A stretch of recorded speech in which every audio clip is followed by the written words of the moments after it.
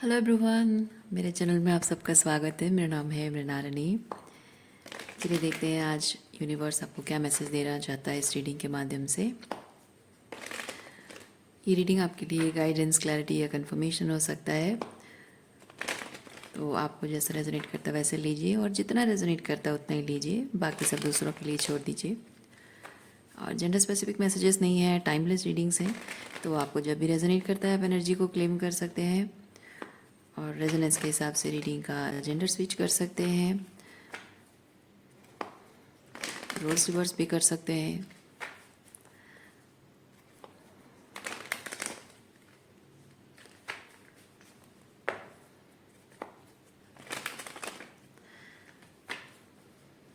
चलिए ग्रैटिट्यूड के साथ, अनकंडीशनल लव एंड सरेंडर के साथ शुरुआत करते हैं आपकी रीडिंग।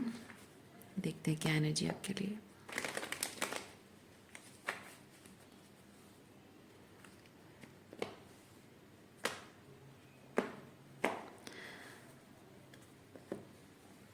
Ordinariness, overall energy.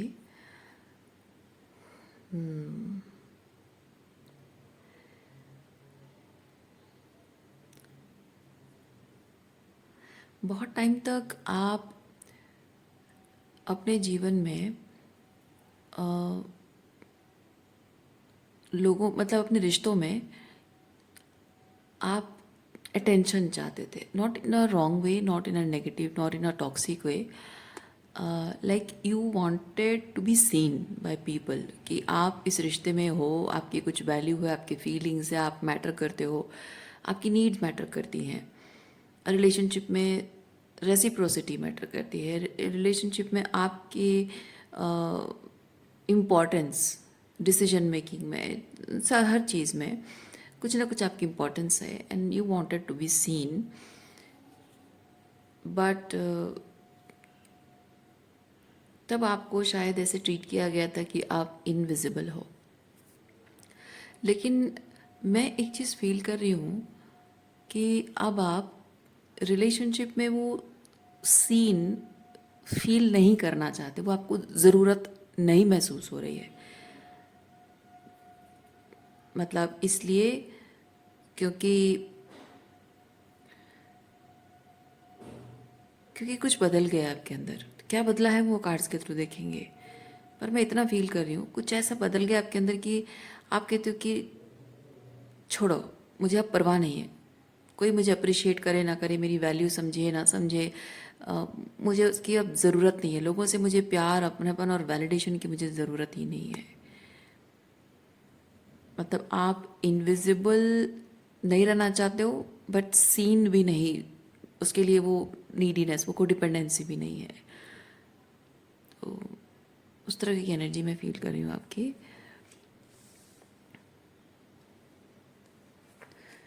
चलिए देखते हैं कैसे है ये हारमोनी। अच्छा, ये जो एनर्जी है ये कोई ऐसा नहीं है कि आप रिलेशनशिप के लिए फाइट करते करते थक चुके हो और आप शायद ये गिव अप कर रहे हो। आप सोच रहे हो कि मुझे ये सब चुपचाप बस सहते रहना होगा। वैसा नहीं है, ऐसा नहीं है। वो हारमोनी, आप रिलेशनशिप में हारमोनी बनाने के लिए नहीं, आप अपने अंदर ही वो हारमोनी महसूस कर रहे हो कि आप जो हैं, जैसे हैं वैसा लोग आपको अगर नहीं भी देख रहे हैं तो भी अ, आपको उस बात से फ़र्क नहीं पड़ रहा है। मतलब ऐसा नहीं कि तभी चलता है नहीं है, पर तभी आपको उस बात से फ़र्क पड़ना बंद हो गया है। इसलिए क्योंकि आप अब अपने आप को इम्पोर्टेंस देने लगे हो, आप अपने आप को प्रायोरिटाइज करने लगे हो, अपनी नीड्स को, अपनी फीलिंग्स को, यानी अपने आप को इम्पोर्टेंस, हर तरह से इम्पोर्टेंस देना जब शुरू कर रहे हो तो लोग आपको इम्पोर्टेंस नहीं दे रहे हैं, उस बात से आपको फ़र्क पड़ना बंद हो रहा है। इस तरह से चीज़ें हो रही हैं।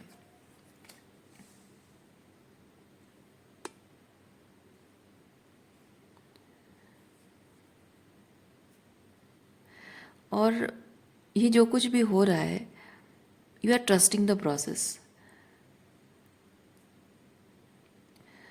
क्योंकि जैसे होता है ना कि दो लोगों के बीच एक रिश्ता जिसमें आप अपना पूरा एफर्ट्स डाल रहे हो, बहुत सारा प्यार है, उनकी केयर करते हो, सब कुछ आप ही कर रहे हो, और ये रिश्ता आपके इतने सारे एफर्ट्स की वजह से ही टिका हुआ है। सामने वाले को उस बात से कोई लेना देना नहीं है कि आप कितने एफर्ट्स करते हो, कितने अपनी भावनाओं को प्रोसेस करके उनकी टॉक्सिसिटी को, उनकी टेंट्रम्स को सहते हो, कितना पेशेंस रखते हो। किसी को उससे कोई मतलब नहीं है। और उसके बावजूद भी आप अगर ये चीज़ कहो कि अ, मैं इस रिलेशनशिप में रहना चाहती हूँ, ये मेरे लिए इम्पॉर्टेंट है, और वो मेरे साथ कैसा भी बिहेव करे मैं उसको इग्नोर करके बस एनी हाउ इसके साथ बस रहना प्रायोरिटाइज करूँगी, चाहे वो जो भी करे मैं सहती रहूँगी, वो वाली एनर्जी नहीं है। ट्रस्टिंग द प्रोसेस का मतलब है कि अ, आप अभी भी उन लोगों के साथ हो, लेकिन वो आपको इग्नोर कर रहे हैं, फॉर ग्रांटेड ले रहे हैं। उस बात से अप्रभावित इसलिए है क्योंकि आप खुद को फॉर ग्रांटेड लेना बंद कर चुके हो, खुद को पूरी तरह से एक्सेप्ट कर रहे हो, खुद की वैल्यू को आप समझ रहे हो, खुद को अप्रिशिएट कर रहे हो, और आपको कहीं ना कहीं ये समझ में आ रहा है कि when I start loving my self, तो उससे कुछ एनर्जी शिफ्ट होगा। भले ही कुछ टाइम के लिए उनके और आपके बीच में थोड़ी सी दूरी बन जाएगी, कि मैं जब खुद पर फोकस करने लगूंगी तो उन पर जो फोकस था वो नहीं होगा, मेरे एफर्ट्स में वो कमी दिखेगी, तो शायद उनको वो चीज़ समझ में आएगा। In that way you are trusting the process.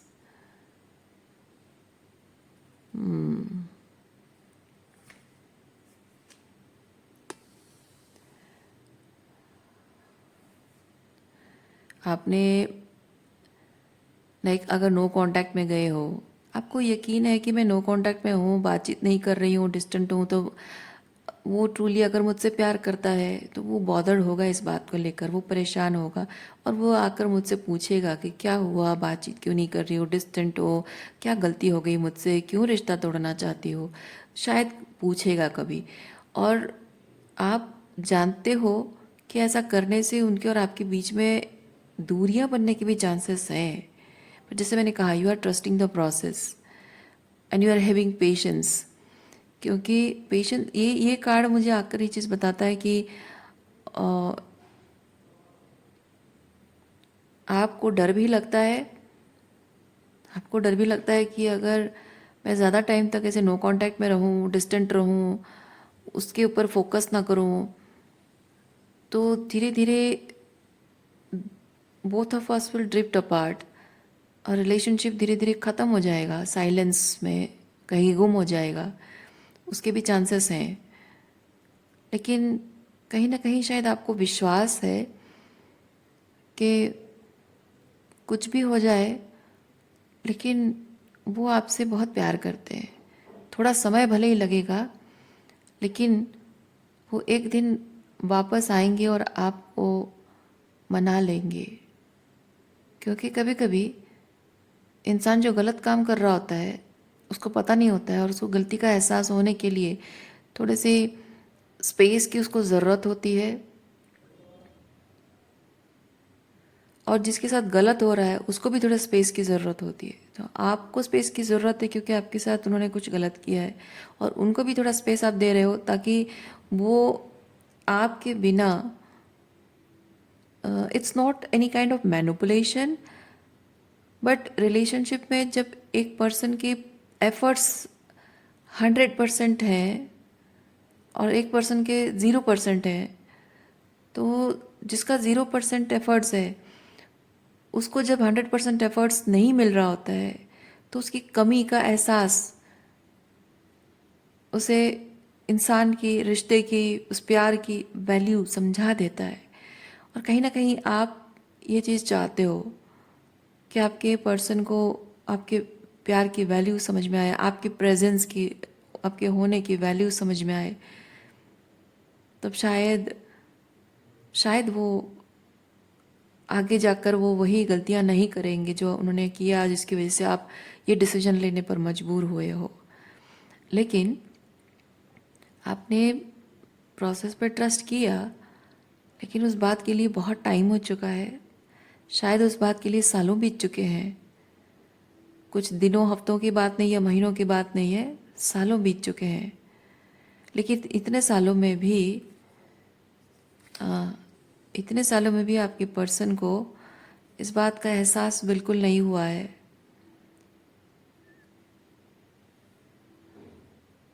बल्कि अब आप इस बात को लेकर परेशान हो रहे हैं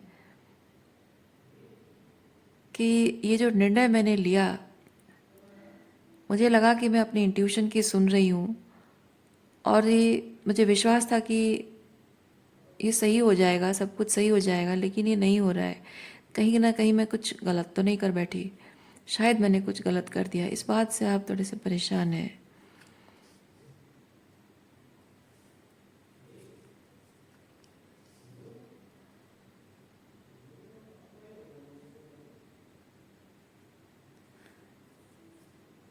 हाँ, देखिए, आप रिसीव करना चाहते थे प्यार, उनका साथ, उनकी रेसिप्रोसिटी, उनकी ईमानदारी, अकाउंटेबिलिटी। लेकिन आपने जो भी निर्णय लिया उससे आपने देखा कि आपका रिलेशनशिप टूट गया है, ब्रेकअप हो गया है।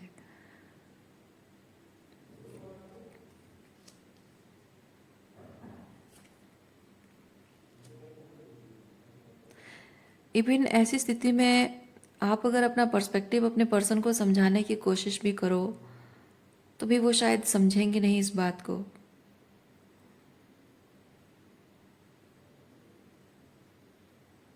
शायद आपने कोशिश भी की उन्हें समझाने की, पर वो आपकी इस बात को समझने की कोशिश नहीं कर रहे हैं।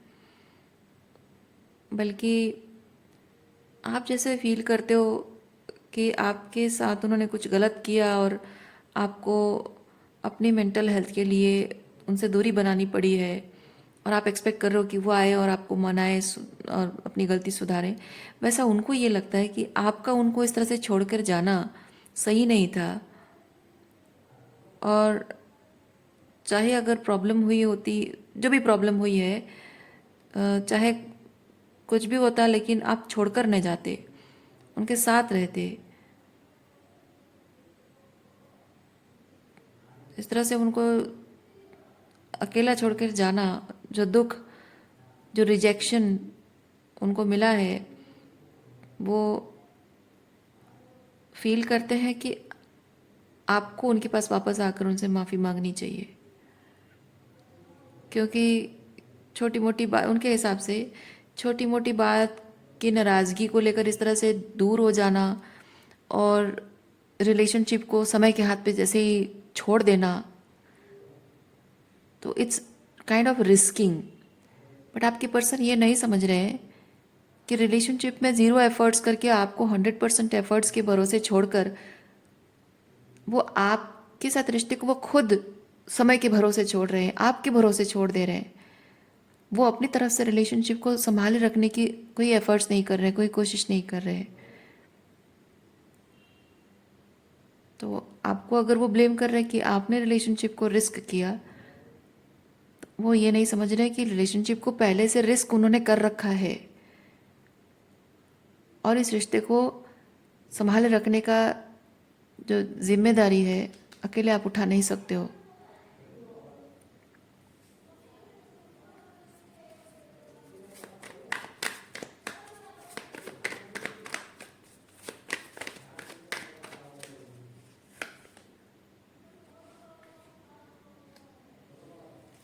आप दोनों इस रिलेशनशिप को चाहते ज़रूर हैं, दोनों ही रिलेशनशिप में एक दूसरे के साथ रहना चाहते रहे हैं, लेकिन कुछ ऐसा हो गया है कि आप दोनों के बीच में ये दूरियां, इतना कुछ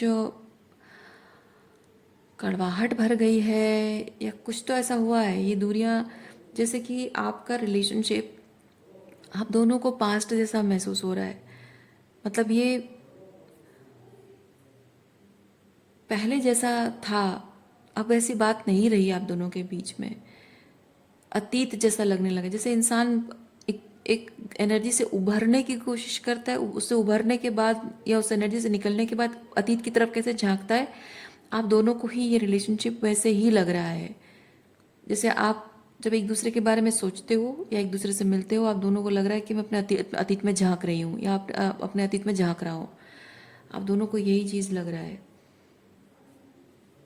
और इसलिए शायद आप दोनों को ये चीज़ लग रहा है कि अब कुछ भी पहले जैसा नहीं रहा और पहले जैसे अब कुछ हो भी नहीं सकता है, क्योंकि there is something a gap,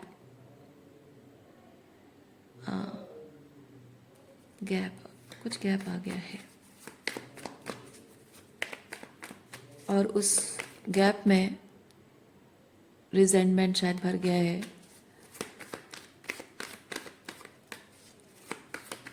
abandonment का जो पेन, रिजेंटमेंट, ये सब चीज़ें भर गई हैं।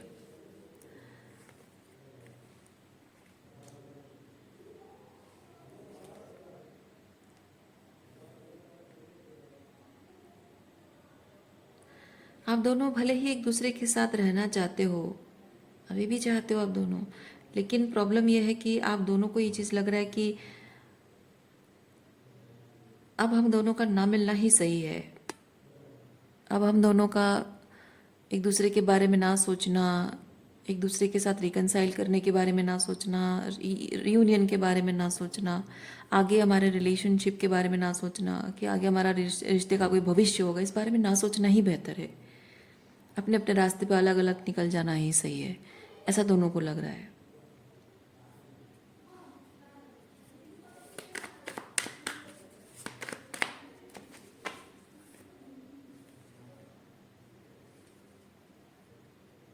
देखिए, आप दोनों को ये चीज़ लगता है कि जब आप दोनों को एक दूसरे की ज़रूरत थी, आप दोनों एक दूसरे के साथ थे नहीं और दोनों एक दूसरे के साथ पेशेंस नहीं रखा।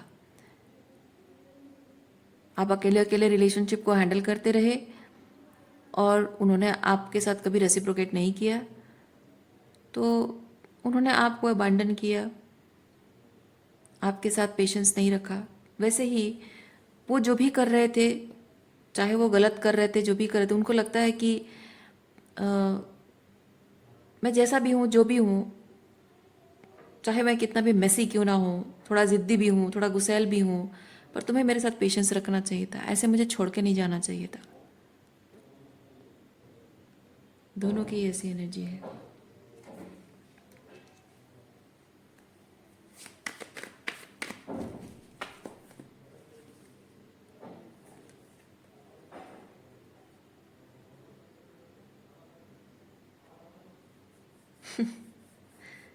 इस रिलेशनशिप में जो ट्रांसफॉर्मेशन चाहिए, उस ट्रांसफॉर्मेशन के लिए आप दोनों लीप ऑफ फेथ लेने को तैयार नहीं हो, पर इस रिलेशनशिप को ख़त्म करने के लिए आप दोनों तैयार हो। कारण है कि ये जो दूरियां, जो इतना टाइम आप लोग नो कांटेक्ट में रहे हैं, दूर रहे हैं, अलग अलग रहे हैं, उस वक्त आप दोनों ही ये जो अबैंडनमेंट का पेन आप एक्सपीरियंस कर रहे थे, जो दर्द एक दूसरे के चले जाने का, एक दूसरे को अबैंडन कर देने का, जो बिट्रेयल, हार्ट ब्रेक, ठीक है, ये हार्ट ब्रेक और ये अबैंडनमेंट, ये जो दर्द, ये जो बिट्रेयल का फीलिंग, जो पेन आप दोनों ने एक्सपीरियंस किया है,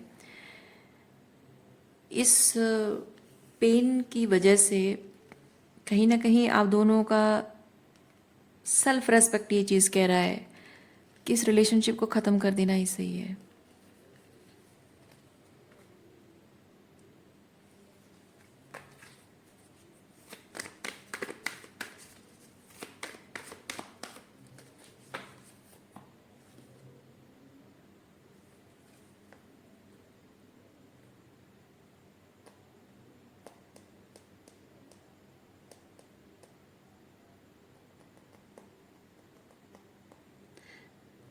क्योंकि आप दोनों को ही ये चीज़ लगता है कि आगे जाकर अगर हम इस रिश्ते को अगर हमने यस कह दिया, आगे बढ़ाया इस रिश्ते को, तो आगे जाकर कभी भी अगर फिर से हमारे बीच कोई प्रॉब्लम आती है, तो क्लियर है कि सामने वाला पेशेंस रखने के बजाय, थोड़ा सा स्ट्रेसफुल सिचुएशन को टैक्टफुली समझदारी के साथ हैंडल करने के बजाय रिलेशनशिप को एंड करना ही सही समझेगा,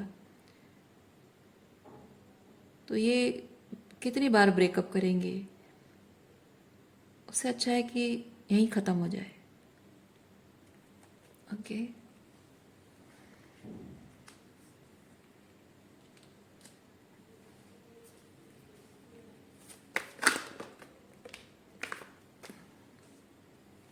क्या है? Integration and we the world.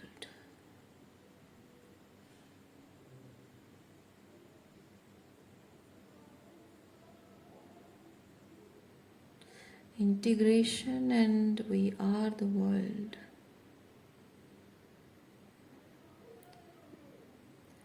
ये जो डिसीजंस है, ये आप दोनों लॉजिकली चीज़ों को रैशनलाइज करके देख रहे हो, लॉजिकली आप दोनों ये चीज़ डिसाइड कर रहे हो कि ऐसा होना सही है, बट मन की गहराई में आप दोनों एक दूसरे के बिना जीना नहीं चाहते हो, एक दूसरे के बिना अपनी ज़िंदगी की कल्पना भी नहीं कर पाते हो।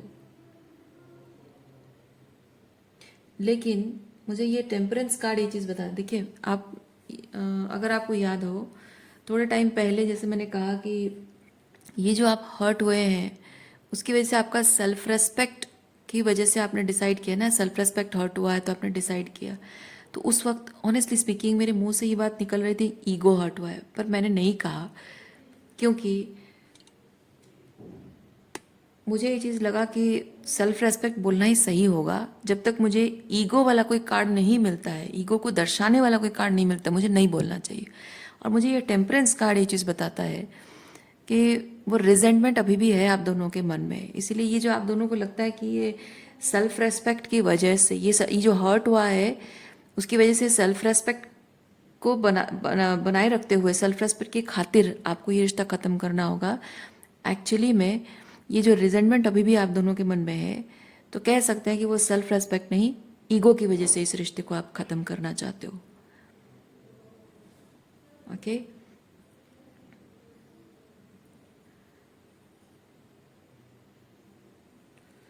तो जब आप दोनों को अभी भी ये चीज़ लगता है कि ये दुनिया में चाहे हम कुछ भी अचीव कर लें, सब कुछ, सब खुशियाँ पा लेंगे, सब कुछ अच्छा हो जाएगा, सब कुछ बेस्ट लाइफ हो जाएगी, लेकिन फिर भी सामने वाले मतलब द अदर पर्सन के बिना मेरी लाइफ अधूरी है। जाहिर सी बात है कि आप दोनों जानते हैं कि आप दोनों एक दूसरे के लिए परफेक्टली कंपैटिबल हैं, लेकिन ये जो दूरी आपके बीच आई है, दूरी की वजह से जो आप दोनों ने साइकोलॉजिकली एंड इमोशनली सफ़र किया है, उस बात का रिजेंटमेंट अभी भी कैरी कर रहे हो। उसे हीलिंग करने के बजाय और अपने रिलेशनशिप पर फोकस करने के बजाय आप दोनों ईगो को चुन रहे हो, प्यार को नहीं।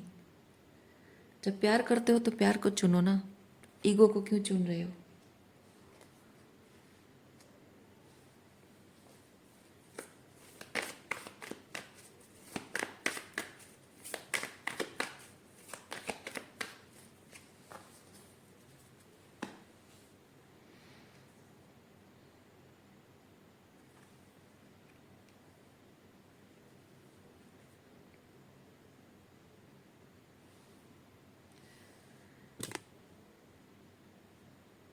ये बात सही है कि जब आपने छोड़कर आए थे तो आपको जाहिर सी बात है कि उनके एफर्ट्स में कमी दिखी थी और शायद आपने उनको समझाने की, बताने की कोशिश भी की होगी, पर उन्होंने अपनी तरफ से कुछ ना कुछ कमी रखी होगी। और ये स्ट्रेस कार्ड भी मुझे ये चीज़ बताता है कि स्ट्रेस कार्ड भी है यहाँ, ये सारे हर्टफुल एनर्जी मुझे ये चीज़ बताता है कि साइकोलॉजिकली एंड इमोशनली बहुत ही हर्टफुल एंड ट्रॉमाटाइजिंग रहा होगा, अगेन ये भी ट्रॉमाटाइजिंग रहा होगा, जो कि आपकी मेंटल हेल्थ के लिए ठीक नहीं होगा, इसीलिए आपने ये डिसीजन लिया होगा। तो आपका इस तरह से डिस्टेंट हो जाना गलत नहीं है। अपनी मेंटल हेल्थ का ख्याल रखना आपकी अपनी जिम्मेदारी है, किसी और की नहीं है। तो कुछ गलत आपने नहीं किया है। और रही बात आपके पर्सन की, जिनको ये चीज़ लगता है कि मैं जैसा भी हूँ, जो भी हूँ, तुम्हें मुझे वैसे एक्सेप्ट करना चाहिए, मेरे साथ पेशेंस रखना चाहिए,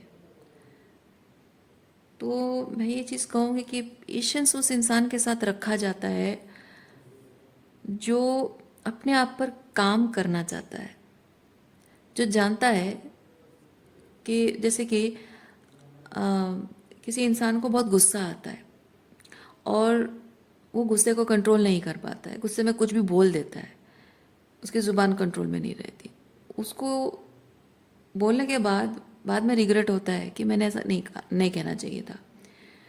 उस चीज़ का क्या असर पड़ता होगा आप पर वो भी समझ रहा है, पर उसका गुस्सा कंट्रोल में नहीं है। तो वो अगर ये चीज़ एक्सेप्ट भी करता है तो सिर्फ एक्सेप्ट करना काफ़ी नहीं है, क्योंकि अगर उसको गुस्सा आता है तो ये उसकी प्रॉब्लम है। अगर उसके कुछ ट्रॉमा है जिसे हील करने की ज़रूरत है तो उस ट्रॉमा को हील करना चाहिए। अगर उसे समझ में नहीं आ रहा है कि क्यों वो इस तरह से क्यों बिहेव करता है, क्यों वो अपने कंट्रोल में अपने आप में नहीं रहता है, उसे काउंसलिंग करनी चाहिए। एनीथिंग, कोई भी behaviour, any sort of behaviour, any sort of reactions, aggressive, passive aggressive, जो भी हो, एनी सॉर्ट ऑफ बिहेवियर जो कि सामने वाले की मेंटल हेल्थ के लिए ठीक नहीं है और सामने वाला उसके लिए रिस्पॉन्सिबल नहीं है, तो ये इंसान की अपनी जिम्मेदारी बन जाती है कि वो अपने आप पर काम करे। बहुत सारी चीज़ें हैं, वो थेरेपी ले सकता है ना, हीलिंग सेशंस ले सकता है। तो इम्पॉर्टेंट चीज़, या फिर हो सकता है कि दोनों को ही समझने में दिक्कत हो रही है, दोनों रिलेशनशिप काउंसलिंग कर सकते हो। लेकिन इस तरह से रिलेशनशिप में डिस्टेंट हो जाना, एफर्ट्स की कमी रखना, अवॉइडेंट हो जाना, अकाउंटेबिलिटी नहीं लेना और ये एक्सक्यूजेस बनाना कि मैं तो ऐसा ही हूँ और तुम मेरे साथ पेशेंस रखो और मैं ऐसा ही हूँ और मैं हमेशा ऐसा ही रहूँगा, ये सही भी नहीं है। तो उनको ये समझना होगा कि अगर उनकी मेंटल हेल्थ कोई इश्यूज़ हैं, टेंट्रम्स हैं, एंगर इश्यूज़ हैं, जो भी हैं, तो उसको रिजॉल्व करना उनकी जिम्मेदारी है। आप क्यों भुगतोगे, है ना? आपने तो उनको कुछ तकलीफ नहीं दी है, उनके अपने कुछ इश्यूज़ हैं, तो उसका असर आप पर नहीं पड़ना चाहिए। इसीलिए ये कार्ड है। आप देखिए क्या लिखा है यहाँ पे, प्रोजेक्शन, इसी को बोलते हैं प्रोजेक्शन। अभी भी आप अगर उनके साथ रिकनसाइल करना चाहते हो तो आप उनसे ये बात कह सकते हो कि उनके कुछ भी अगर कुछ तरीके के इश्यूज़ हैं जिसकी वजह से रिलेशनशिप में प्रॉब्लम हो रही है, अगर वो इमोशनली ओपन नहीं हो पाते हैं, वॉल्नरेबिलिटी शो नहीं कर पाते हैं, अवॉइडेंट है, अकाउंटेबिलिटी नहीं ले पाते हैं, या फिर उनको थोड़े से कुछ साइकोलॉजिकल इश्यूज़ हैं, एंगर इश्यूज़ हैं, कुछ भी जो भी इश्यूज़ हैं आपके उनके, तो उस चीज़ को लेकर वो किसी तरह की कोई काउंसलिंग कर सकते हैं, थेरेपी ले सकते हैं, तो उनको आप सजेस्ट कर सकते हो। लेकिन जस्ट बिकॉज प्यार करते हो इसका मतलब ये नहीं कि कोई अपनी ऊंस को आप पर प्रोजेक्ट करता जाए और आप उसे for the sake of love, for the sake of relationship, for the sake of proving yourself that I am committed to you, मैं कोई धोखेबाज नहीं हूँ, मैं ईमानदार हूँ, ये प्रूव करने के लिए, just to prove yourself रहना जस्टिफिकेशन नहीं, कुछ नहीं देता है। ओके,